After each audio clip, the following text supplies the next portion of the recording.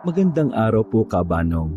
Ako po ay isa sa inyong loyal silent listener at gusto ko lang po sanang i-share sa inyo ang kwentong hanggang ngayon ay di pa rin po ako makapaniwalang nangyari. At hanggang ngayon ay gabi-gabi ko pa rin pong napapanaginipan. Ang pangalan ko po ay Enzo. 37 years old na po ako. Di po ako ganun katangkaran. Di rin po ganun kaputian.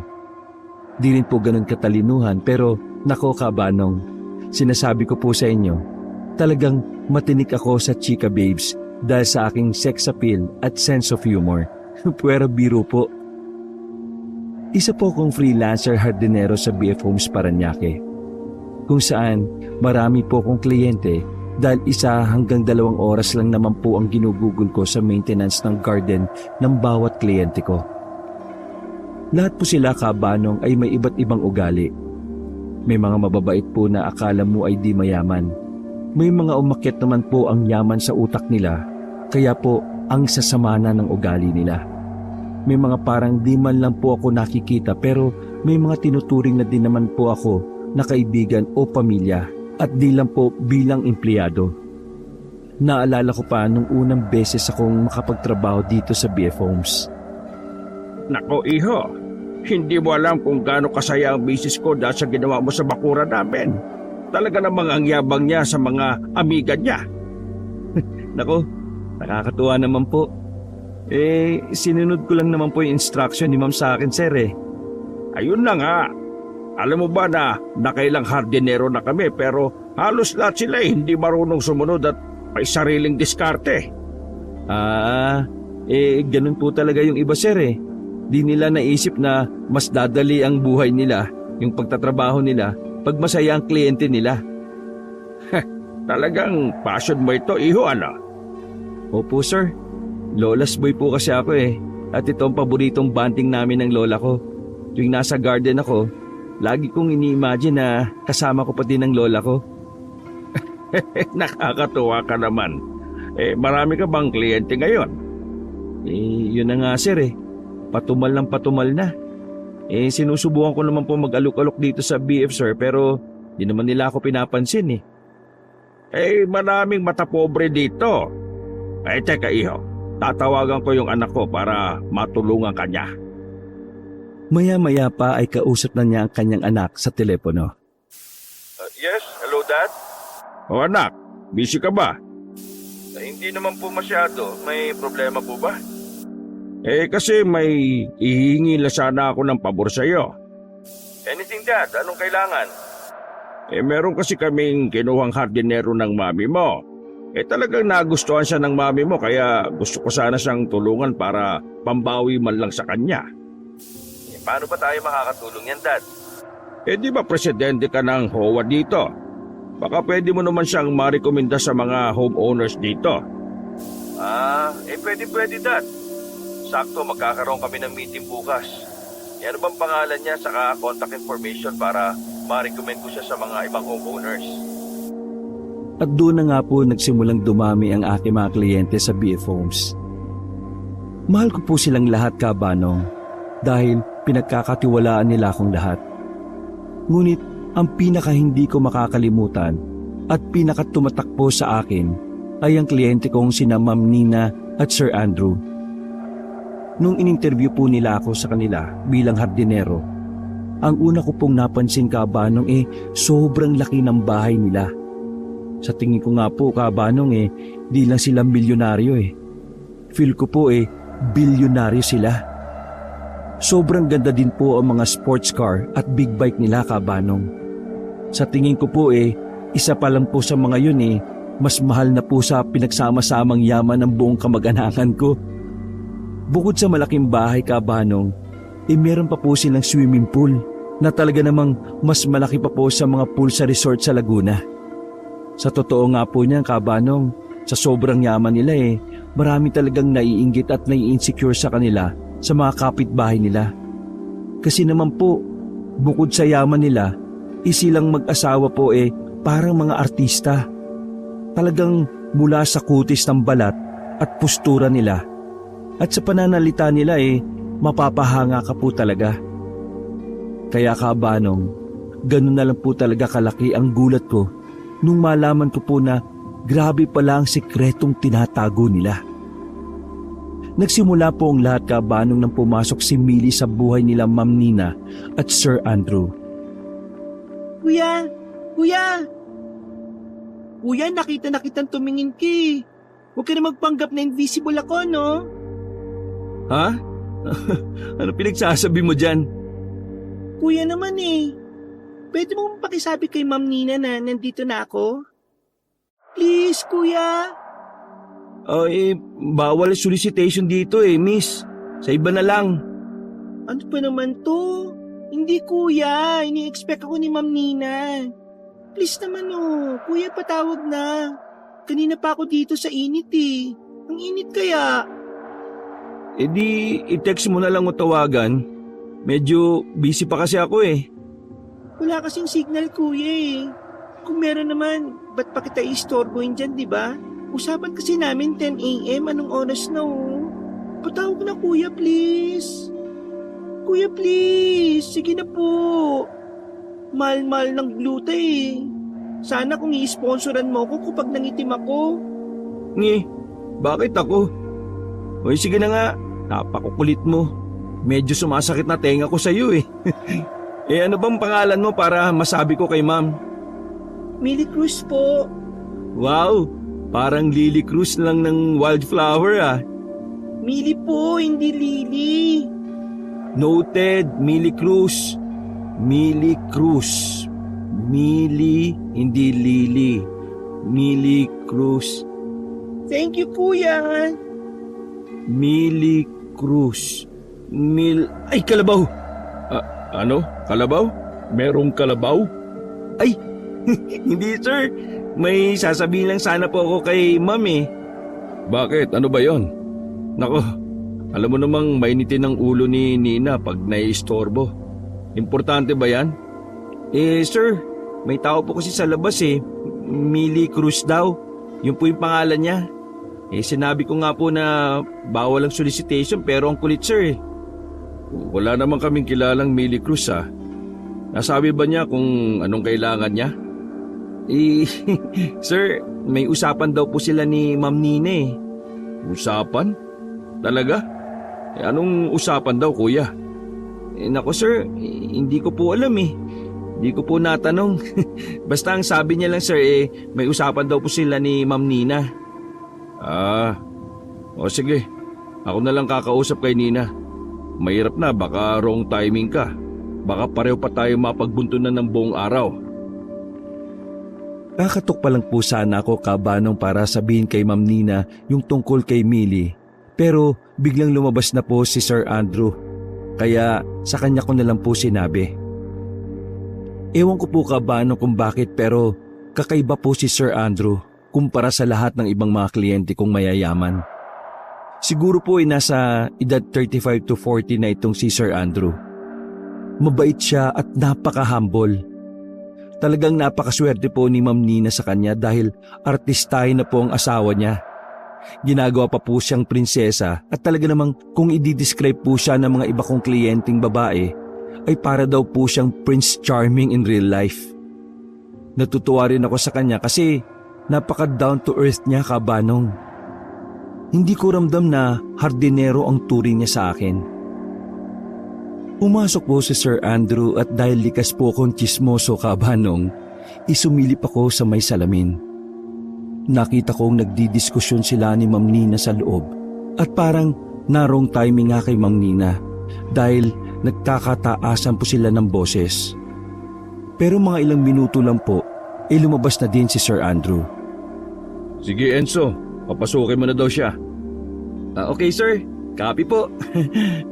Alam niyo na ba kung anong meron? Sige po sir, papapasukin ko na po. Natakot po ko kabanong kasi biglang tumingin ng masama si Ma'am Nina na parabang naiirita sa pag-uusyoso ko. Nagtataka lang po kasi talaga ako dahil sa ilang taon ko pong pagtatrabaho para kila Ma'am Nina at Sir Andrew, ngayon ko lang po sila nakitang nagpapasok ng ibang tao sa loob ng bahay nila bukod kay Sir Mike. At ang mas nakapagtataka pa dyan kabanong, nabisita pa ito ni Ma'am Nina. Wala po kasing kaibigan niya si Ma'am Nina, Kabanong. Pinapasok ko na po si Millie at dun ko lang po napansin na para din pala siyang artista tulad nila Ma'am Nina at Sir Andrew. Kung i-describe ko po ang itsura ni Millie, mukha siyang nasa 20 to 25 years old. Sexy, parang labanos yung balat. Maganda yung mga mata niya na kulay brown, tapos makapal yung pilik mata niya. Yung buhok niya, itim na hanggang bewang. Mukha siyang mabait at matalino, pero siguro sa tingin ko lang po yun dahil nakasalamin siya at mahinhin. Thank you po, Ma'am Nina. Makalipas po ang kalahating oras ay nagpaalam na si Millie kay Ma'am Nina at masayang lumabas ng gate. Nakasalubong niya si Sir Mike na best friend ni Sir Andrew. Mas bata siya kay Sir Andrew. Siguro'y nasa 30 to 35 years old. Ang alam ko, simula pa noong bata sila ay mag-best friend na silang dalawa. Makulit si Sir Mike at palabiro, Kabanong. Maraming nagsasabi na medyo mahangin siya at babaero, pero mabait si Sir. Feeling ko nagjo-joke lang siya tuwing nagyayabang siya o nagpapanggap na chick boy. Silang dalawa lang ang tao sa buhay ni Sir Andrew at magagalitin si Ma'am Nina, kaya di ko maintindihan kung paano natitiis ni Ma'am Nina itong si Sir Mike. Chicks mo? Naks naman si Enzo. Ano yan, ginayuma mo? Naku sir, hindi no, ang bata-bata pa niyan. Bisita yan ni Ma'am Nina. Prospect nyo na naman sir, ano? Feeling ko type niya ako Pero di ko siya masyadong type. Pero kidding aside may kaibigan pala si Nina. Kala ko kay Andrew lang umiikot yung mundo nun Kaya nga sir di ko nakikitang may bisita si Ma'am Nina. Pwera ngayon. Alam mo, di naman talaga ganyan si Nina Dati, maraming kaibigan yan. Pero nung unang beses niyang makunan, nakto, sobrang nagbago ugali niyan. Sabi nila, normal lang daw yun sa mga nakukunan, pero ewan, parang ibang tao na siya ngayon Mabait si Ma'am Nina, Kabanong. Madalas niya akong iningitian at binibigyan ng tubig at merienda tuwing naka-duty ako sa kanila. Tahimik lang naman siya at di pala salita. Pero siguro dahil lagi siyang nabubuntis pero lagi din di natutuloy-tuloy, naiisip ko pa lang na may isang nanay na paulit-ulit na lalaglagan, nadudurog na ang puso ko. Sobrang ganda ni Ma'am Nina dati, pero feeling ko dahil sa depression niya, kaya napabayaan niya na ang kanyang sarili. O baka dahil din sa katandaan. Ang alam ko kasi mas matanda si Ma'am Nina ng konti kay Sir Andrew. Kasi madalas ko silang naririnig na nag-aasaran dati dahil tinatawag na ate ni Sir Andrew si Ma'am Nina. Ngayon Kabanong tumaba na po si Ma'am Nina. Nagkaroon na siya ng mga tigyawat sa mukha at panay na din sugat ang dati niyang makinis na balat. Hindi ko pinagpapantasyahan sila Millie at Ma'am Nina. Sadyang na-appreciate ko lang ang ganda nila. Mahal na mahal ko ang asawa at dalawang anak ko. At hindi pumapasok sa isipan kong may gawing masama para mawala sila. Sa totoo lang, mga silent listener mo din sila, Kabanong. At talagang di kami pwedeng kumain nang hindi po nagpe-play ng isa sa mga istorya mo. Mabalik po ako sa kwento, Kabanong. Itong si Sir Mike, best friend ni Sir Andrew. Mabait rin siya at parang barkada rin ang turing niya sa akin. O siya, sige Enzo. Pasok na ako At baka namimiss na ako ni Sir Andrew mo My love, so sweet. Palabiro ka talaga, sir. O sige na po, lilipat na din ako maya-maya. Okay, see you na lang ulit, Enzo. Huwag mo ako mamimiss agad Nang matapos po ko sa ginagawa ko ng halos kalahating oras lang, ay nagulat ako dahil nakasabay ko pa sa paglabas si Sir Mike. O sir, bakit uuwi na din kagad kayo? Ay nako, wala kasi sa mood si Ma'am Nina mo Na bad trip yata kay Andrew dahil dun sa Millie. Bakit, sir? Nagsiselos po ba si Ma'am Nina dun sa kay Millie? Di ka din chismoso, ano? Kalalaki mong tao, Enzo, ganyan ka, ha? Hindi po, curious lang po ako, sir. Kala nyo naman, hindi nyo din isi-share sa akin, eh. Joke lang. Hindi. Di ata sila nagkasundo kung stay in o uwian yung katulong. Sabi ni Andrew, matatanggap niya pa daw kung uwian. Ang kaso, pinag-stay in pa. Kaya ayun, LQ. Ano po? Bakit? Katulong po ba yun? Parang ang ganda niya naman para sa katulong. Parang artistahin kasi si Millie Cabanong. Kaya laking gulat ko na katulong ang papasukan niya. Kala ko kaibigan lang talaga siya ni Ma'am Nina. Well, kung iisipin nga naman, parang imposible na magkaroon si Ma'am Nina ng kaibigan dahil sa ugali niyang yon. Ang isa pang nakapagtataka ay kung bakit pag-aawayan pa nila kung stay in o uwian yung katulong. Ewan ko ang naiisip ko lang na dahilan kung bakit issue sa kanila na may ibang tao sa bahay dahil may tinatago sila. Nagsimula nang mag-stay in at magtrabaho si Millie. Mga ilang linggo na ang lumipas. Napapansin ko na napapadalas na ang pag-uusap at pagsasama ni Millie at ni Sir Andrew. Nakakaya naman, sir, kung sasamahan niyo pa ako. Kaya ko naman na mag-grocery mag-isa Mag-grab na lang po ako. Ano ka ba? Wala yun. Gusto ko lang kasing masiguro na mga tamang brand yung pipiliin mong item. Medyo maselan kasi yan si Ma'am Nina mo . Di ba magagalit si Ma'am Nina, sir? Natatakot kasi ako sa kanya Ano ka ba? Para kay Nina nga tong gagawin ko kung tutuusin. Akala ko ay di ako nakikita ni Sir Andrew na nakatingin, kaya nabigla ako nung pinansin ako ni Sir Andrew. Enzo, pag hinanap ako ni Ma'am Nina, sabihin mo umalis lang saglit ha. Tapos pag hinanap naman si Millie, sabihin mo lang na nag-grocery. Sige sir, copy po. Feeling ko naman ay walang mali siya ang madalas na pag-uusap at pagsasama nila kasi sa totoo lang, mabait naman si Sir Andrew sa lahat. Alam naman ng lahat na mahal ni Sir Andrew si Ma'am Nina. Ni hindi na nga maintindihan ng tao kung bakit nagtsatsaga pa din si Sir Andrew kay Ma'am Nina. Kasi naman sumama na ng husto ang ugali niya. Pagkatapos ay nagpabaya pa siya sa sarili niya. Pero sa tingin ko, talagang mabusilak lang ang puso ni Sir Andrew at nakikita niya si Ma'am Nina na hindi sa panglabas nito. Habang napapadalas ang pagkikita ng dalawa, si Ma'am Nina naman ay madalas na ang pagkawala sa bahay na sobra na nakapagtataka. Isipin mo yon, ang tagal-tagal ko nang nagtatrabaho para sa kanila, pero ngayon lang, as in ngayon lang, umaalis-alis na si Ma'am Nina ng bahay nang di kasama si Sir Andrew. Naririnig ko nga sa mga ibang kliyente ko na ang tanga-tanga raw ni Ma'am Nina para di bantayan si Sir Andrew. Ngayon na may magandang katulong sila. Feeling daw nila may chance na magkagusto si Sir Andrew kay Millie. Bukod sa sexy at maganda ay mabait pa. Pero sabi nila na sobrang nakakaya daw kung sakaling ipagpalit siya ni Sir Andrew sa mas batang katulong. Nakakatawa nga kasi yung iba naman sinasabi na may tsansa na daw sila na magpapansin kay Sir Andrew dahil hindi na daw ito nababakuran. Enzo, kailangan kong tulong mo. Kailangan kasi nating itapon tong mga basura ngayon. Kung mas mabilis sana, mas maganda.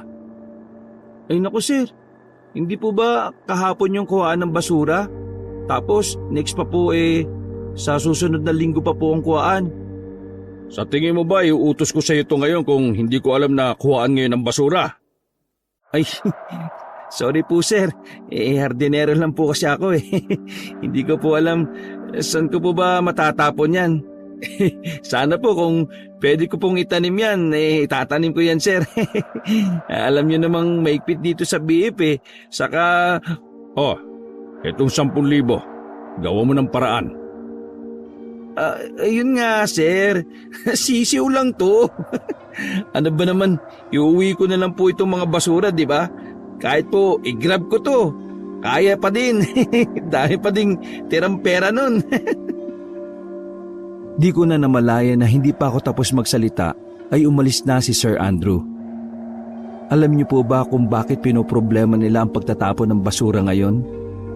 Bago kasi umalis si Ma'am Nina kahapon, binilinan niya si Millie na wag kalimutang itapon ang basura, kundi sisisantayin siya. Di lang ito nagawa ni Millie dahil pagkaalis pa lang ni Ma'am Nina ay umalis na din sila Millie at Sir Andrew.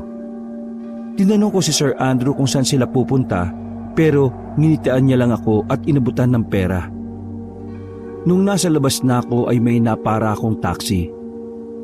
Sir, ano yung sasakay? Basura po. Ha! Adik ka ba? Sa susunod kung mag-K-trip ka, baka mandadamay ng kabuhayan ng iba ha? Hindi, seryoso po.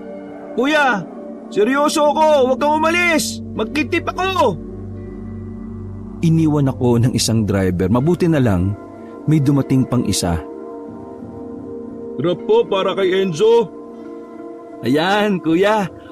Huwag mo ika-cancel ha. Bukas na lang po ng likod. Naku sir, ba't naman po kita kakanselin? Kaya nga, hindi ko mag-gets yung ibang driver eh. Parang engot. Naku, ano po ba yan kuya? Basura? Ano yan, nanggagago ka ba? Hindi kuya, magtitip ho ako.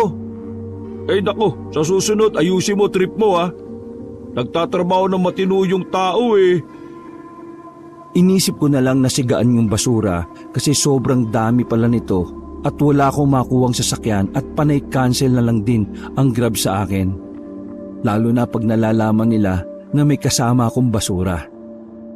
Uy, Enzo, bangkay ba yung sinusunog mo? Napakabaho naman yan. Di ba illegal yung pagsisiga? Ang ooy niyo naman sir sa bangkay. Basura po ito. Di ko na po kasi alam paano ko madidispatch to eh. Bakit ba hindi nyo na lang tinapon niyang kahapon? Di ba kahapon kuha ng basura? Ito na nga po ang chika. Mike, di ba sabi ko sa iyo huwag ka na munang pumunta? Nagulat na lang ako nang biglang sumulpot si Sir Andrew. Ichichismis ko pa naman sana siya kay Sir Mike. I miss you too, bro. Pakis nga. Hoy, seryoso ako Mike. Bumalik ka na lang sa ibang araw. Wala nang nagawa si Sir Andrew dahil inimbita na ni Sir Mike ang sarili niya sa loob ng bahay ni Sir Andrew. Drinks, check. Snacks, check. Ano pa ba? Basta, sabihan niyo na lang po ako kung may kailangan pa po kayo ha. Doon lang po ako sa kusina. Grabe naman, Andrew. Ang ganda-ganda na ng asawa mo. Ang ganda-ganda pa ng katulong mo. Anong pangalan niya? Huwag mo naman solohin lahat ng mga magaganda, no? Baka naman pwedeng pa-score ako. Isa lang sa kanila o kahit kanino dun sa dalawa.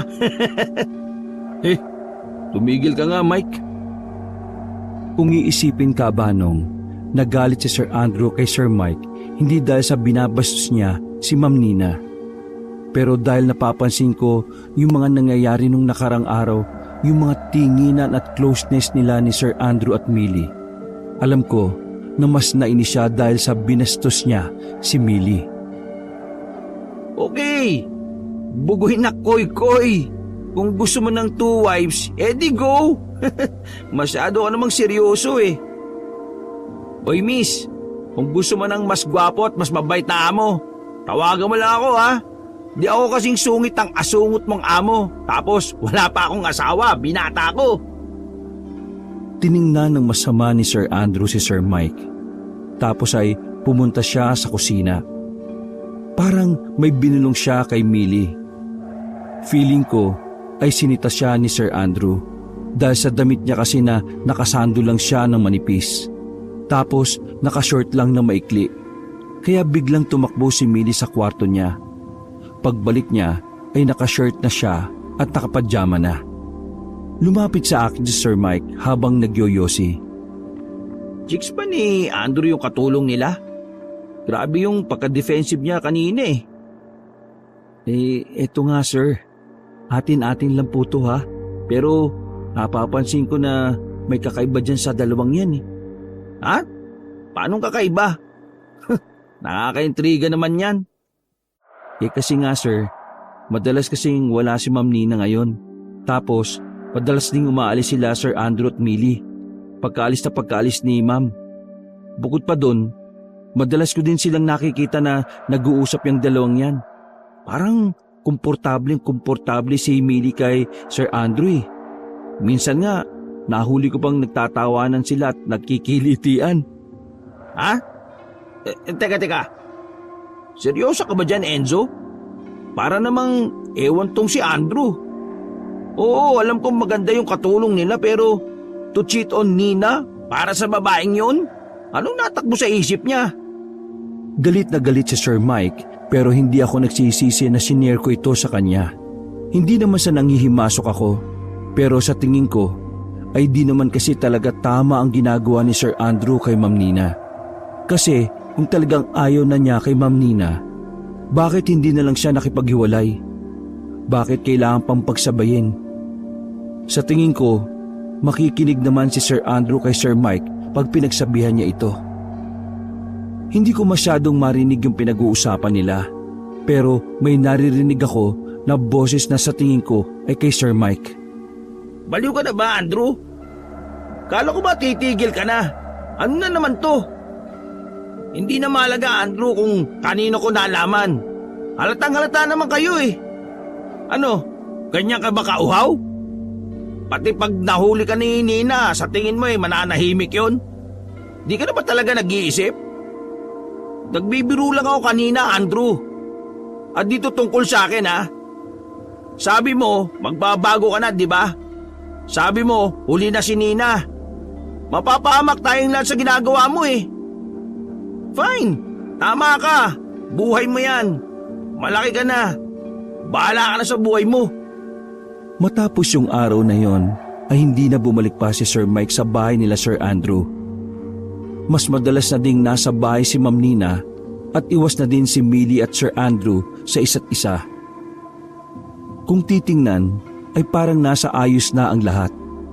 Pero kinukutuban pa din ako na di pa tapos sila Millie at Sir Andrew. Sa tingin ko ay mas naging mas maingat lang sila. Di ko maintindihan kung bakit nagbago si Sir Andrew. Dati-rati ay parang patay na patay ito kay Ma'am Nina. Pero nitong mga nakaraan, napapansin kong may iba sa kanila ni Millie. Minsan naiinis ako kay Sir Andrew kasi ayaw na ayaw ko talaga sa mga hindi loyal. Pero madalas naiisip ko na di ko rin siya masisisi kasi grabe na yung ugali ni Ma'am Nina, lalo na nung nakaraang araw. Minsan na nga lang umuwi ng bahay si Ma'am Nina, lagi pa niyang binubulyawan kung hindi si Millie ay si Sir Andrew. "Oh sir, bakit po dito kayo nakatambay sa garden? Ang init-init ng panahon ngayon ah." "Nagpapahangin lang. Mas pipiliin ko pa tong init ng panahon kaysa sa init ng ulo ng Nina na yan." "Po? Bakit sir? Ano po nangyari?" "Ewan ko. Nag-spray kasi ako ng Lysol sa kwarto para sana mabango. Tapos sabi niya, sobrang dami ko raw inispray, ang sakit daw sa mata." Baka naman po napadami nga lang talaga sir. Nag-sorry ka ba sir? For sure naman mapapatawad ka nun. Ikaw pa ba naman matitiis ka nun?" "Actually, nag-sorry naman ako eh." "Yun naman pala sir hindi pa din po ba umokay?" "Alam mo ba kung anong gusto niya ipagawa sa akin para mapatawad niya ako?" Ano po sir?" "Ang gusto niya, ispray ko sa mata ko yung Lysol." "Po? Totoo ho yun?" "Ay, ewan ko ba. Ngayon ko lang napapansin na pasama na ng pasama yung ugali ng Nina na yan eh." Feeling ko kaya nakakasundo yung dalawa dahil nagkaroon sila ng common ground. Pareho kasi silang sinisigawan at laging pinag-iinitan ni Ma'am Nina. Malakas ang kutob ko na mayroong namamagitan sa kanilang dalawa. Mas nakumpirma ko ang kutob ko sa dalawa nang mahuli ko sila isang araw na umalis si Ma'am Nina nung araw na yon para bantayan ang mama niya na nasa ospital. Ang ganda talaga pag ganyan ang suot mo. Dapat magaganyan ka pag tayong dalawa lang ha. Para sa'yo lang naman talaga ako pumuporme. Alam mo, kung totoo yung sinasabi mo, na nagagandaan ka sa akin, bakit hindi mo ako halikan? Kung alam mo lang, Mili, araw-araw kitang gustong halikan. Gusto kitang halikan sa noo, sa pisngi, sa lips, sa leeg mo, sa kahit anong bahagi ng katawan mo. Pwede mo naman akong halikan kung gusto mo talaga eh. Pwede mong gawin lahat ng gusto mo sa akin. Abay, gagawin ko talaga. Kung alam mo lang kung gaano ako kagigil sa'yo. Pwede naman, pero paano pag umuwi yung impacta? Wala akong pakialam. Gagawin ko kung anong gusto kong gawin sa'yo.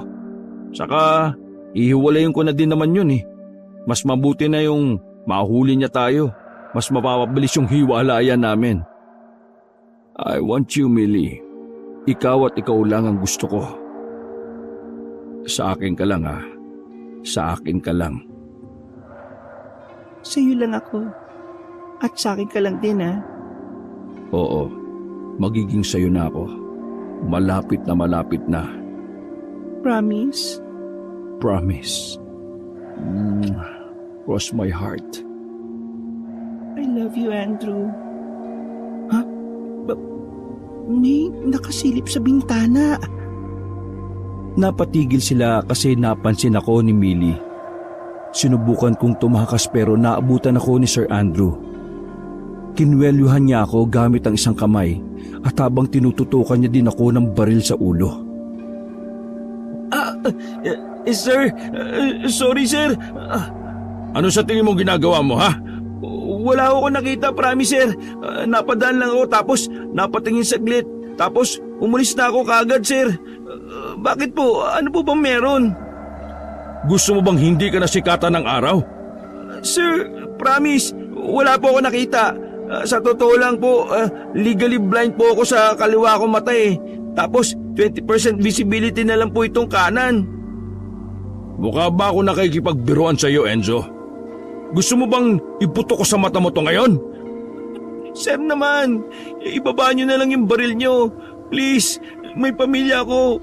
Promise sir, wala po akong pagsasabihan. I don't give a damn.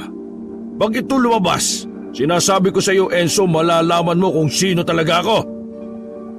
Ilang buwan pa ang nakalipas. Nagkaroon ng mabigat na problema sila Sir Andrew at Millie. Andrew, sa tingin ko buntis ako. Totoo? Buntis ka? Yes! Yes! Magiging tatay na ako! Hindi ko pa naman sigurado. Saka, ang saya-saya mo, paano si Nina? Ayaw kong lumaki yung anak ko na nakikita niyang may ibang asawa yung tatay niya. Hihiwalayan ko siya. Ngayon mismo. Ikaw na ang asawa ko. Ikaw na magiging nanay ng mga anak ko. Gagawin mo yun? Totoo na ba talaga? Lagi mo sinasabi yan pero hanggang ngayon, hindi mo pa din siya hinihiwalayan. Naaawa kasi ako sa kanya dati. Kahit papano may pinagsamahan din naman kami. Pero ngayon, buntis ka na.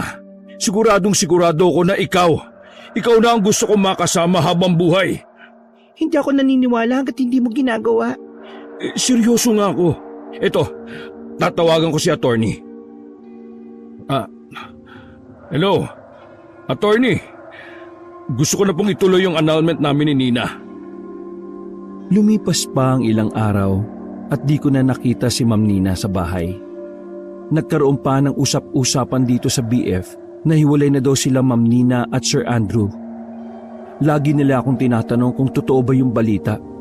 Pero di ako nagsasalita bilang respeto na lang din kina Sir Andrew. Nandiyan ba si Andrew? Kaalis lang po. Balik na lang po kayo maya-maya. Saglit lang daw naman po sila. Nako, hindi na. May abot lang akong papeles na kailangan niyang pirmahan. Pwede bang iwan ko na lang to sa'yo? Sige sir. Ilagay niyo na lang po dun sa porch.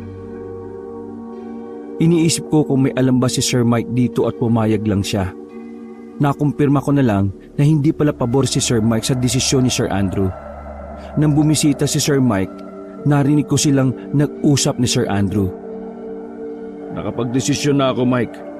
Kung pupunta ka dito para baguhin yung isip ko, huli ka na. Ano ka ba naman, Drew? Napakatigas ng ulo mo. Ano na lang sasabihin sa'yo ng mga tao? Pinagpalit mo si Nina? Sa ano? Sa katulong? Sa mas bata? Anong pakialam ko sa ibang tao? Mas iisipin ko pa ba sila kaysa sa sarili ko, Mike? Bro, ikaw lang iniisip ko. Pinagsasabi mo naman dati, di ba? So, bakit mo kailangan pang makipag-iwalay?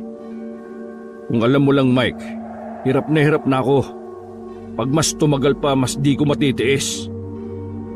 Maraming ibang paraan, Andrew. Anay excuses yung sinasabi mo para sundin yung kapritsyohan mo. Wala kang alam, Mike. Ni ayaw na nga ni Nina na hinahawakan ko siya. Yun lang ba yung purpose ni Nina sa'yo? All these years, di mo ba siya minahal? Mahal ko si Millie. Makakasalan ko siya. Mahal? Kayang ibigay ni Millie lahat ng pangangailangan ko. Bata pa siya. Maganda. Nakita mo na ba si Nina ngayon? So lumabas din yung totoo. Sinasabi mong mahal mo yang si Millie dahil nabibigay niya yung pangangailangan mo. Ano bang problema kay Nina? Tumaba siya ng konti? Medyo tumanda? Pero di ba normal yun? Konti? Dahil sa weight niya, nahihirapan na siyang magbuntis. Wala na siyang silbi sa akin. Alam mo pre, ang labo mo. Pinaglalaban mo yung gusto mo. Bahala ka na sa buhay mo. Nakakapagod kang payuhan. Ewan ko ba ba't sinusubukan ko pa ding ayusin yung utak mo. Lumipas pa ang ilang araw, nawala na ako ng balita kay Ma'am Nina. Di ko na din masyadong nakikita si Sir Mike na bumibisita sa bahay nila Sir Andrew. Pagkatapos ng kasal nila Sir Andrew at Millie, sobrang sweet na mag-asawa. Naalala ko pa nung panahong okay sila ni Sir Andrew at Ma'am Nina. Parehong-pareho lang. Binibigay ni Sir Andrew ang lahat-lahat na parabang prinsesa si Millie. At wala namang ibang kailangang gawin si Millie kundi magpaganda at maging asawa lang kay Sir Andrew. Minsan nga pinagagalitan pa ni Sir Andrew si Millie pag naglilinis to ng bahay o nag-aasikaso man lang. False alarm pala yung pagbubuntis ni Millie. Nung una nga parang nagiba yung pakikitungo ni Sir Andrew, pero nung sinabi naman ng doktor na wala naman daw problema si Millie at bata pa to, kaya pwede pa tong mag-anak. Bumalik naman agad sila sa dati. Lagi ko silang naririnig na nagpaplanong mag-anak, kaya sobrang naging masaya din ako para sa kanila nung nag-confirm na buntis na talaga si Millie. Agad na may tinawagan si Sir Andrew sa telepono. Bro, buntis na si Millie. Grabe, sobrang tagal na naming hinintay to. Oo, totoo na to. Nakailang pregnancy test na kami. And it all came out as positive. Oh, hindi ka ba masaya para sa akin? Oo, naiintindihan ko bro. Pero alam mo naman kung gaano ko kauhaw sa anak, hindi ba? Di ko alam kung bakit hanggang ngayon pinipilit mo yan. Di nga nagwo-work para sa akin yan You know what? Kalimutan mo na lang. Ewan ko kung ba't tinawagan pa kita Ewan ko kung bakit inasahan ko pang magiging masaya ka para sa akin. Sa tingin ko si Sir Mike yung nasa kabilang linya at pakiramdam ko, binrot out na naman ni Sir Mike si Ma'am Nina. Kaya na-bad trip tong si Sir Andrew.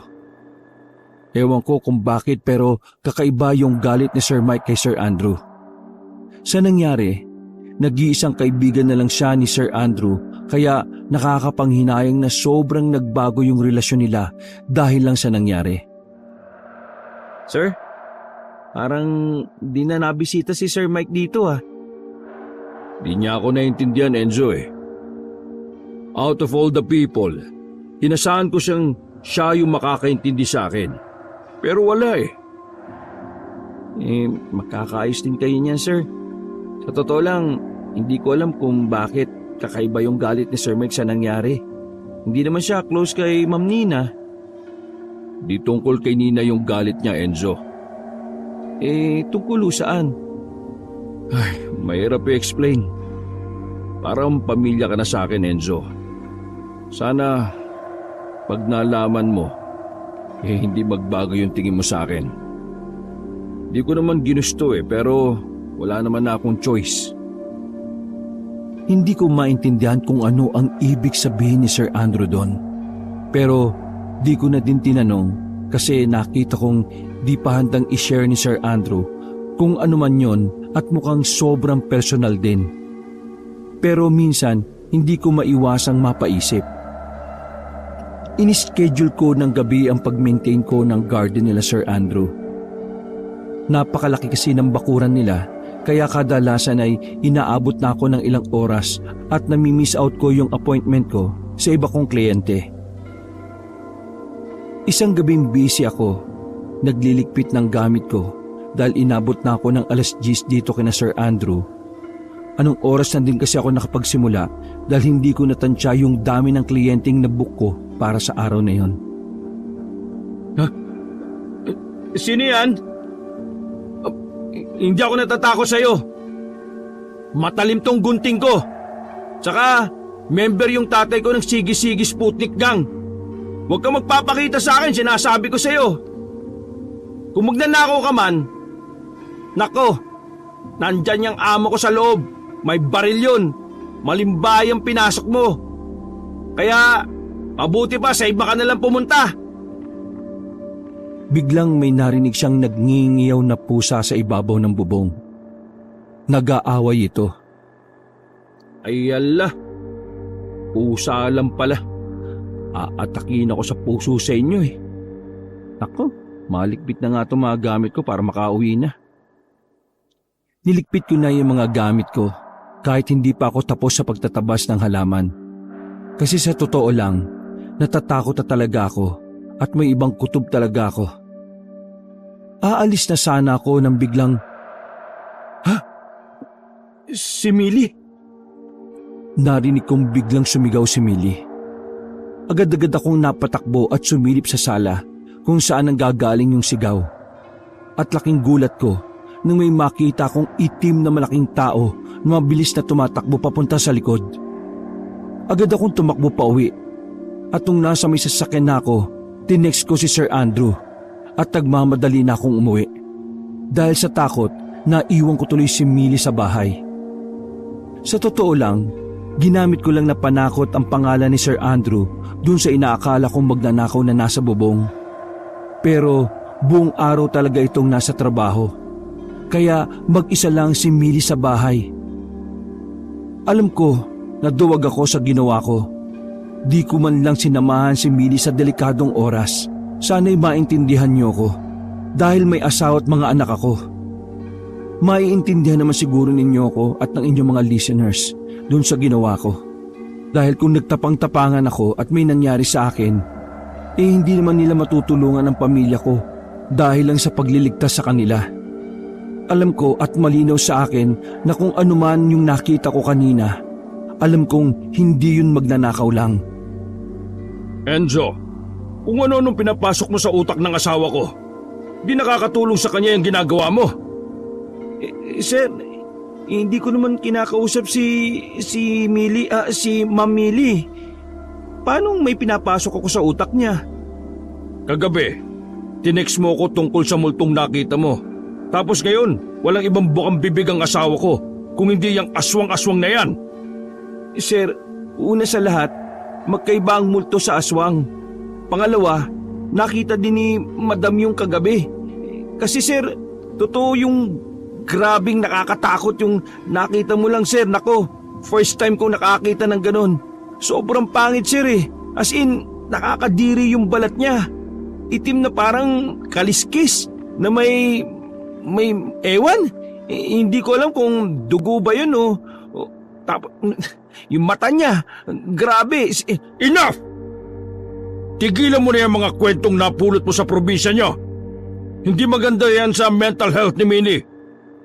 Ngayon, dahil first time niyang nagbuntis, di nakakatulong sa kanya kung makakarinig pa siya ng mga ganyan. Pero sir, Sabihan mo si Millie na pusa lang yung nakita mo kagabi. sir, hindi naman kasi 15,000. feel ko talaga sir, pusa lang yun eh. Ano pa nga ba eh, isang itim saka isang kulay tilapia ba yung nakita ko nag-aaway?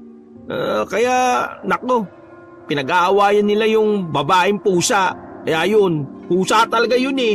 Ay nako, pirwisyo talaga sa lipunan yung mga pusang yan oh. Kabanong, sana'y wag niyo akong husgahan. Hindi biro ang ganitong kalaking pera at di din naman ako 100% sure sa nakita ko nung gabi. Pagod ako at walang tulog. Baka kaya kung ano-ano na lang ang nai-imagine ko. Binago ko na yung schedule ko. Inuna ko na ang bahay nila Sir Andrew at hinuli ko na lang ang bahay nila Sir Edward. Kasi kahit sabihin ko sa sarili ko at sa buong mundo na pusa lang yon o magnanakaw, alam ko kung ano ang nakita ko. At hindi lang pusa yon. Akala ko nga ay matatahimik na ako sa ganitong paraan pero di pa pala. Mas nakakawindang yung mga sumunod na nangyari. Sir Edward! Sir Edward! Oh, Enzo, ikaw pala yan. Sorry sir, medyo nalate ako ah. Oh, akala ko nga kanina yung schedule mo sa amin eh. May nagpa-move kasi. Nag-message ako kay ma'am pero di siya nag-reply, baka busy. Ay nako, nasa ibang bansa kasi yun. Baka di pumasok yung message mo sa kanya kasi magsasabi naman sa akin yun kung nabasa niya yun, di ba? Okay lang sir, mabilis lang din naman to eh. Magdidilig lang ako at magtatanggal ng mga sirang dahon. Oy, sige. Mapayapa akong nagdidilig nang biglang kausapin ako ni Sir Edward. Enzo, di ba nagtatrabaho ka din kina Andrew? Oo sir, mga 6 years ko na silang kliyente. Bakit sir? Eh di kilala mo yung best friend niyang si Mile. Mile ba yun o Mike? Si Sir Mike po. Opo, mabait po yun tsaka palabiro. Eh di alam mo yung nangyari sa kanya. Hindi po. Ano pong nangyari? Eto, sobrang nakapagtataka.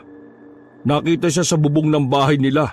Patay, nakahubad at may bakal na nakasaksak sa dibdib. Ho? Sa bubong? Oo. At ang sabi ng iba, aswang daw yon. At kaya ganun dinatnan na ng kamatayan sa bubong nila. Sir, baka naman haka-haka lang yan. Hindi naman totoo yung aswang eh. Saka, sir, pwede ba bukas ko na lang ituloy ito? Kasi gabi ni. Kasi baka mag-alala na misis ko eh.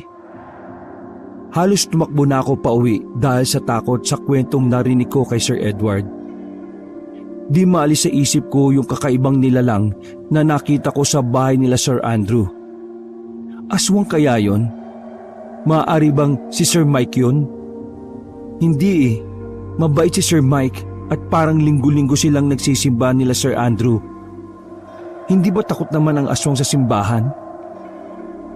Pagka-uwi ko, tiningnan ko yung profile ni Sir Mike para i-message ko siya upang klaruhin at ipaalam sa kanya yung mga chismis. Pero nagulat ako nang makitang ang daming nagde-rest in peace sa profile niya sa FB. Sinubukan kong tingnan yung mga comments para malaman kung ano bang kinamatay pero karamihan sinasabi naman na homicide daw. Saan kaya nang galing yung chismis na nakahubad pa tapos sa bubong pa namatay? Para namang ewan yung nagkalat nun.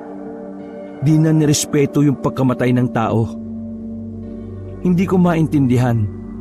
Totoo kayang ganun ang pagkamatay ni Sir Mike? Totoo kayang aswang siya? Siya ba yung nakita ko sa bahay nila Sir Andrew?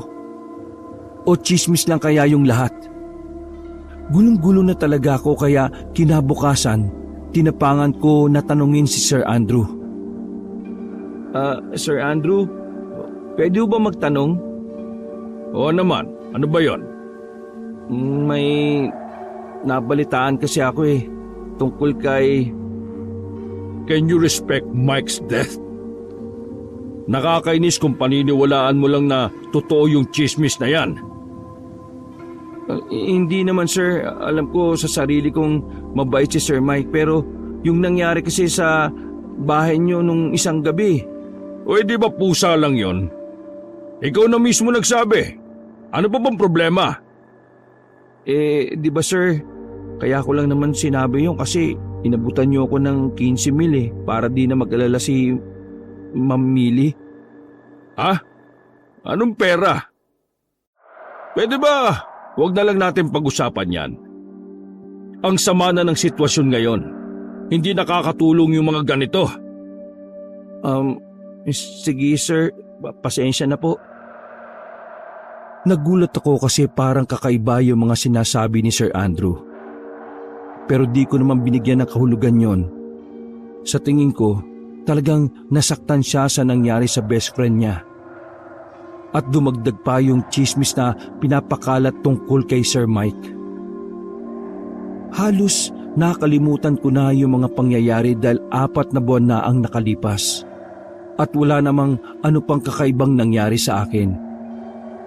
Nag-cut off na lang din ako ng 4:00 dahil gusto ko ay bago pa magdilim ay nasa bahay na ako. Akala ko ay tapos na. Akala ko balik na sa normal ang lahat. Pero isang araw, Bye! Love, ingatan mo yung baby natin ha? Sige, bye. malamig ang pagsagot ni Ma'am Millie kay Sir Andrew. Nagulat ako dahil pagkaalis ng kotse ni Sir Andrew ay biglang tumakbo at umiyak sa akin si Ma'am Millie. Enzo, tulungan mo kami ng anak ko, please. Kailangan namin makalis dito. Tulungan mo kami. Umiiyak na sabi ni Ma'am Millie habang palinga-linga siya sa garahe na parang natatakot sa taong papasok. Ha? Bakit? May nangyari ba? Gusto mo tumawag ako ng pulis? Si Andrew. O bakit? Sinaktan ka ba niya? Pwede kitang samahan ngayon sa women's desk para magreklamo. Hindi. Aswang! Aswang, Enzo!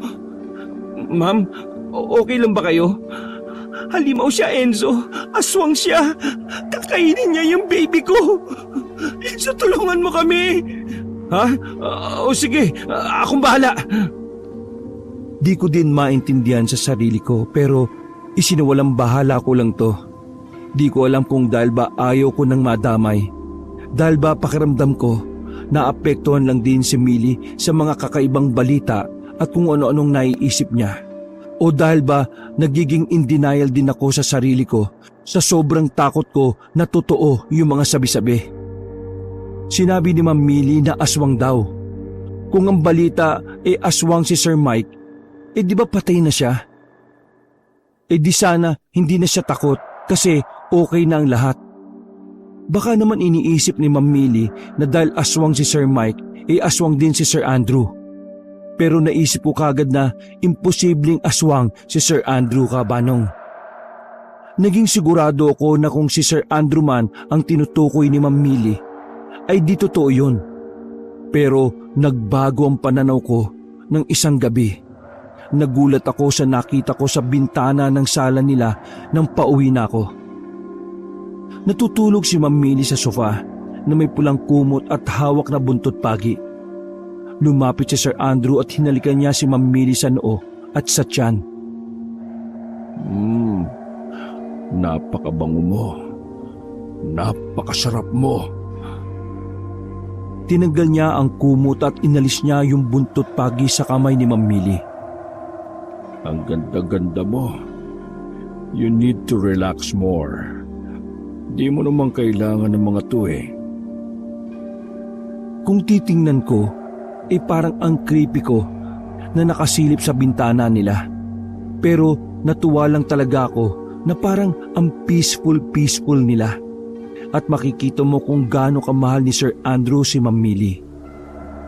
Tiningnan ni Sir Andrew yung mga pangontra ni Ma'am Millie. Tapos tiningnan niya si Ma'am Millie at ngumiti. Sa tingin mo ba, mapipigilan ako ng mga ito? Namutla ako at naliga sa kinatatayuan ko nang biglang nagbago ang itsura ni Sir Andrew. Naging pula at nanlilisik ang mga mata niya na parang dumurugo. Naging itim at makaliskis yung balat niya. naging matatalim yung mga ngipin niya at nilabas niya ang dila niya na napakahaba.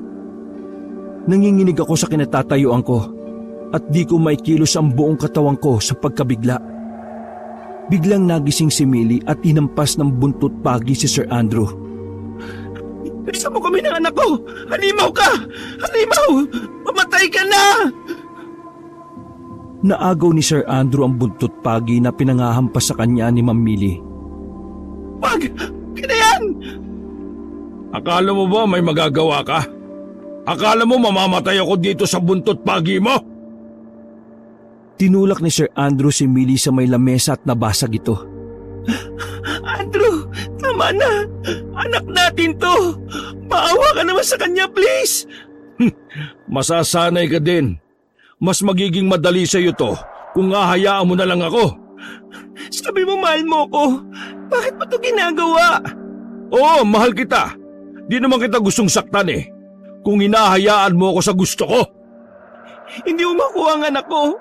Ilalaban ko siya kahit mamatay na ako. Sinikmuraan ni Sir Andrew si Ma'am Millie.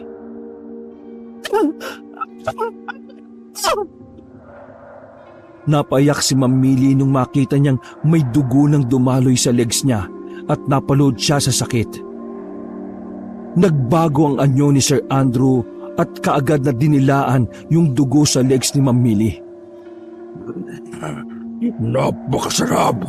Ang tagal ko nang hinihintay to. At nakita ko kung papaanong pumasok ang dila ni Sir Andrew sa puso ni Ma'am Millie. Habang si Ma'am Millie ay walang nagawa kundi umiyak dahil sa nanghihina na siya. Wag! Please! Ang anak ko! Mahinang sabi ni Ma'am Millie habang maganang kinakain ni Sir Andrew ang bata sa tiyan ni Ma'am Millie. Enzo, isa ka pa. Papatayin kita. Nanlilisik ang mga mata ni Sir Andrew sa galit at mabibigat ang bawat tinga niya. Sir, wala akong nakita. Hindi pwedeng may makaalam nito. Alam kong hindi ka mananahimik. Kaya siguradong hindi ka makakapagsalita. Pagpatay ka na! Wag, sir! Wag! Diyos ko, panaginip lang pala. Ilang araw na akong tulala at hindi makapaniwala sa nakita ko. Hindi na din ako pumasok para mag-ayos ng garden kila Sir Andrew. Kahit na ilang beses na akong kinokontak ni Sir at tinitext para papuntahin sa kanila. Gusto kong mag-move on na lang at kalimutan ang nangyari. Pero lagi ko pa rin napapaniginipan si Sir Andrew at yung mga nangyari. Minessage ko si Ma'am Nina sa Facebook account niya kasi alam kong the truth will set me free. Pero ilang buwan na ang nakalipas, wala pa din siyang reply. Hanggang sa merong nag-message na sa akin. Tiningnan ko kung sinong nag-message ng ganitong oras at nagulat ako nang makita kong si Ma'am Nina yon. Agad kong binasa ang text message. Enzo, ayaw ko na sanang sagutin tong mga tanong mo pero sa tingin ko dapat mong malaman para makalayo kayo ng pamilya mo at wala nang madamay pa. Nandito ako kila Edward. Puntahan mo ko kung gusto mong malaman ang totoo. Magre-reply pa lang sana ako pero binlock na ako ni Ma'am Nina. Napagpasyahan ko na pumunta na lang kina Sir Edward para malaman ang katotohanan. Alam kong di ako matatahimik hanggat hindi ko nalalaman ang totoo. Alam kong importante ang sasabihin sa akin ni Ma'am Nina. Sir Edward! Sir Edward! Ako naman ba't ba kasing laki-laki ng bahay nila? Tapos wala silang doorbell. Ay. Sir! Sir! Ang init, sir! Baka naman! Enzo! Oh, napadaan ka. Di ba wala ka namang schedule ngayon? Sir, Pinapunta ako ni Ma'am Nina dito eh. Nina? Sigurado ka ba? Oo sir, tingnan niyo itong message niya sa akin sa FB oh. Sabi niya nandito daw siya eh. Ha? Kailan yan? Kagabi lang to sir. Ito oh, tingnan niyo yung date. Ah, bago siya umalis. Ang weird naman. Alam mo ba kagabi, nagpaalam lang yan na bibili sa 7-Eleven, tapos hindi na siya bumalik at di na nagparamdam? Nag-aalala nga ako, baka napano na siya eh. Bakit sir? Nasa panganib ba si Ma'am Nina? Halika, pumasok ka muna dito sa loob para walang makarinig sa atin. Sige sir. Paupo ka. Gusto mo ba ng kape? Tubig? Juice? Tubig na lang sir. Pa-request na lang ng ice. Grabe init ngayon sir eh, nakakamatay. Kaya nga eh. Oh, eto. Alam mo Enzo, hindi ka ba nagtataka kung bakit andito si Nina? Sa totoo niyan sir, nagtataka nga ako eh. Parang ang random naman na dito nagstay si Ma'am Nina. At para naman siyang ewan ng lapit-lapit niya lang pala sa bahay nila Sir Andrew eh. Ano ba yun? Ini-stock niya pa? Ganon? Pero hindi ko na din masyadong pinakosan. Nakakapagtaka yung nangyari sa akin ngayon eh. Kapatid ko si Nina at simula graduate kami ay di na kami nag-usap at kinamuhian namin ang isa't isa. Kaya imposibleng maisipan ni Andrew na nandito siya. Bakit naman magkakapakialam pa si Sir Andrew kung nasaan si Ma'am Nina? Kasal na siya kay Ma'am Millie at may anak na sila. Napahinto ko kasi naalala ko bigla yung nakita ko. Panaginip lang ba yun? Pero hindi eh. Totoong totoo eh. Saka ilang beses ko siyang nakita di lang iisa. May alam ka no? Bigla ka namutla eh. Sa katunayan yan sir, may mga nakita kasi ako na di normal eh. Wala akong masabihan kasi sasabihin nila baliw o adik ako. Alam mo Enzo, naniniwala ako sa iyo. Bakit? Nakita mo din sir? Kinuwento sa akin ni Nina ang lahat. Nung una daw mala love story yung relasyon nila ni Andrew. Kaya ang daming naiinggit kay Nina.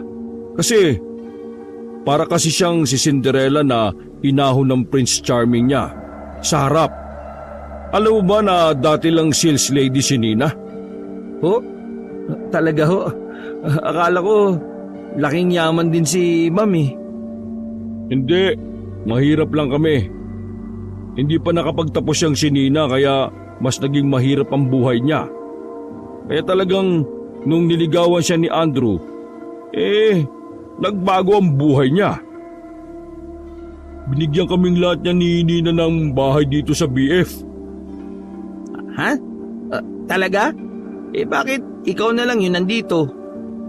Yung iba, ibinibenta nila. Yung iba, di matanggap kasi naging ma-pride kay Nina. Sobrang saya ko para kay Nina. Kahit di kami magkasundo kasi nakikita kong tinatrato siya ng tama ng asawa niya. Akala nga din daw niya ang swerte-swerte niya. Pero nagbago yung lahat nung 5 months na yung pinagbubuntis ni Nina. Kinausap daw siya ni Andrew. Sinabi daw ni Andrew yung totoong pagkatao nito at sinabi sa kanya na wala namang magbabago. Makukuha niya pa din lahat ng pagmamahal at luho na binibigay ni Andrew kapalit ng buhay ng anak niya. Totoo nga yung kasabihang wala talagang perpektong buhay. Isipin mo yon, marangyang buhay kapalit ng buhay ng anak mo. Di siyempre nung una, hindi pumayag si Ma'am nun. Nung una pumayag siya. Nasilaw kasi si Nina sa kasiyahan at karangyaan niya sa buhay. Kaya nung una pumayag siya pero nung nasa pangatlong anak na sila, ginusto niya na magkaanak talaga sinubukan niyang hindi pumayag sa kasunduan nila ni Andrew. Hindi naging masaya si Andrew. At sa kauna-unahang pagkakataon, nakita ni Nina yung anyong aswang ni Andrew at pinwersa nitong kainin pa din yung bata. Grabe nga yun, Sir Edward. Kung makikita mo lang yung itsura ni Sir Andrew, talagang nakakatakot. Ano? Nakita mo? Oo, at di mawala sa isip ko. Kahit naman siguro ako makakita ng ganun, baka mabaliw na ako. Pero alam mo ba kung ano yung pinaka nakakatakot sa naging sitwasyon ni Nina? Ha, Enzo? Ano, Sir? Tuwing pagkatapos ng pagkain ni Andrew ng bata, parang walang nangyari. Magiging sweet ulit siya at minamahal niya ulit si Nina at tinatrato na parang prinsesa. Minsan nga daw umaasa si Nina na sa sobrang pagmamahal sa kanya ni Andrew hindi nakakainin ni Andrew yung magiging anak nila uli dahil ayaw na niya. Pero wala Ilang beses nangyari yun, Enzo. Sobrang naawa na ako sa kapatid ko sa sinapit niya. Bakit hindi niya kaagad sinubukang umalis? Akala mo ba hindi niya sinubukan? Ilang beses niyang sinubukan, Enzo. Sinubukan ko din siyang tulungan pero mayaman si Andrew makapangyarihan. Hawak niya pati gobyerno at mga pulis kaya tuwing nakakaalis si Nina, nahahanap lang siya ni Andrew at mababalik lang ulit. Ang masama pa tuwing makakatakas siya at mababalik, pinaparusahan siya ni Andrew. Oh? Anong parusa? Sinasaktan siya? Hindi, mas malala pa. Tuwing makakatakas siya at mababalik, pag nabuntis siya ay paaabutin ni Andrew yung bata hanggang sa makapanganak ng mga 1 linggo. At hahayaan niyang mayakap ni Nina yung bata. At sa kanya to kakainin sa harap niya. Alam mo bang na-mental pa yung si Nina? Pinadala ho siya sa mental ni Andrew? Pinadala ko. Nung una kasi hindi ako naniniwala Kahit sino naman kasi talaga hindi maniniwala. Paano kayo napaniwala? Nakita nyo? Nagpadala kasi sa akin ng pic at video si Nina ng bata. At pagkatapos ng 1 linggo, sabi niya, kinain na daw. Inutusan ako ni Nina na ipahukay yung libingan ng baby. At walang laman yun. Talagang hangin lang. Paano mo mapapaliwanag yun, di ba? Grabe pala talaga, no? Parang swerte pa pala na nagkaroon ng kabit si Sir Andrew kasi nakatakas na siya sa sitwasyon na yun. Hindi swerte yun, Enzo. Kung alam mo lang, plinano ni Nina ang lahat. Oh? Plinano? Paano plinano? Una, sinadya niyang magpataba at pabayaan ang sarili niya. Kasi nabasa niya na pag unhealthy ang babae, mahirap nang magkaanak. Tapos, patago din siyang nainom ng pills para di siya mabuntis. Pero nalilimutan pa din niyang minsan yung pills at nasuswertehang nakakabuo sila. Kaya nag-isip siya ng iba pang plano. Naghanap siya ng replacement niya. Alam ni Millie na ganun yung mangyayari sa kanya? Walang alam si Millie. Akala niya nakaswerte siya kay Andrew. Ang ginawa kasi ni Nina, naghanap siya ng tao na sa tingin niya worth it na maging replacement niya. Nakita niya yung si Millie na mahilig talaga sa may asawa at ilang pamilya na yung sinira niya. Kaya ginawa ng paraan ni Nina na matanggal sa trabaho si Millie. At nung naghanap si Millie ng trabaho, ikinontak niya kaagad to para alukin magtrabaho sa kanya. Nung una nga ayaw pumayag ni Millie dahil ayaw niyang maging katulong lang. Pero nung inofera ni Nina ng 50,000 na sahod at pinakita niya kay Millie si Andrew, nag-set daw kaagad ng meeting kinabukasan. Talagang basang-basa ni Nina na mahilig talaga tong si Millie. Yung pala yung araw na yun. Anong araw? Kasi andun ako nung araw ng unang pumunta si Ma'am Millie, dun sa bahay nila Sir Andrew. Kala ko pa nga mabait siya at inosente. Di mo talaga mahalata na may tinatago palang kulo. Baka ganun talaga gimmick niya, bait-baitan. Alam mo naman ang mga kabit talaga, pa-inosente sa umpisa Kaya nga Pero paano naman nakasiguro si Ma'am Nina na magugustuhan ni Sir Andrew si Millie? Parang loyal type naman kasi yung si Sir Andrew parang ang dami naman ng akit kay Sir Andrew dati pero loyal pa din siya kay Ma'am Nina. Ang sabi sa akin ni Nina, suntok sa buwan talaga yung plano niyang yun. Nakita niyang maganda si Millie tapos bata pa. At alam niya kung gaano kauhaw si Andrew sa anak. Kasi madalang na nga lang siyang makakain dahil sa pag-iingat ni Nina na hindi na siya magkaanak. Bukod daw dito talagang pinagmamaltratuhan niya si Millie para magalito sa kanya at mas manggigil pang agawan siya ng asawa. Kaya pala palaging sinisigawan at pinapahirapan ni Ma'am Nina si Millie noon. Oo, at kasabay nun, alam niyang maawain si Andrew. Alam niyang pag nakita ni Andrew na kawawa si Millie, mas makakapaki siya dito. Kawawa naman si Millie. Sa tingin ni Nina, deserve naman ni Millie yun Kasi asawa na may asawa, inaakit at pinapatulan niya. Saka sabi naman ni Nina, kung di papalag si Millie sa gusto ni Andrew mas dadali yung buhay niya. Saan pala si Ma'am Nina ngayon? Anong oras na, di ba delikadong nasa labas siya? Ayun nga kailangan kong hanapin yun at baka mapano. May tanong ka pa ba? Wala naman na. Nakakabigla lang yung mga nalaman ko pero salamat at nagkaroon din ng sagot yung mga tanong ko. Maraming salamat, sir. Matapos yung pakikita namin ni Sir Edward, dali-dali na akong umuwi. Agad-agad ko na ding inaya ang asawa ko na umuwi na lang kami sa probinsya, kasama ang mga bata. Nung una ayaw niya pa. Pero nung naipaliwanag ko na sa kanya ang lahat, naniwala na siya. Sabi niya pa nga naririnig niya na din yung mga bali-balita tungkol kay Sir Andrew. At isa pa daw sa kumari niya na may picture. Kaya talagang naniniwala na siya. Kinabukasan umalis na kami kaagad at hindi na nagpaalam sa kung sino man. Wala na akong balita kila Sir Andrew at Ma'am Millie at di ko na din tinangkang mangialam pa. Para sa akin, hanggat ligtas ang pamilya ko, ay okay na ako. May katwiran si Ma'am Nina, kaya nangyari kay Ma'am Millie yung nangyari sa kanya ay dahil pumatol siya sa asawa na may asawa.